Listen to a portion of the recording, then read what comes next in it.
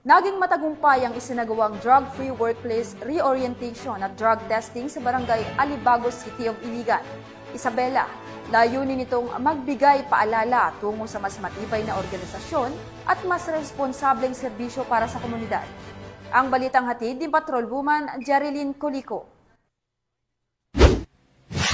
Matagumpay na isinagawa ang drug-free workplace reorientation and drug testing na ginanap sa City Hotel and Convention Center, Barangay Alibagos, City of Iligan, Isabela noong ika-25 ng Hulyo nitong taon.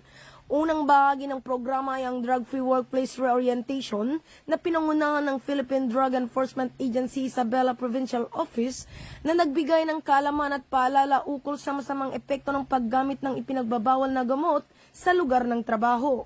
Sinundan nito ng ikalawang bahagi ng aktibidad, ang random drug testing na isinagawa ng Isabela Provincial Forensic Unit Crime Laboratory bilang bahagi ng pagpapatupad ng internal cleansing at suporta sa kampanya kontra iligal na droga.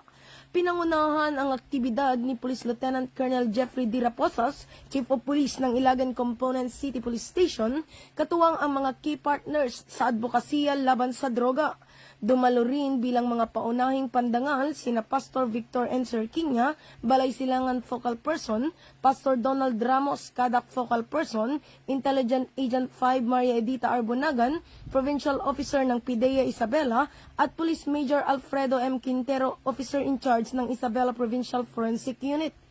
Ang buong programa ay bahagi ng patuloy na kampanya para maisulong ang isang ligtas, produktibo at drug-free na workplace, isang konkretong hakbang patungo sa mas matibay na organisasyon at mas responsableng serbisyo para sa komunidad.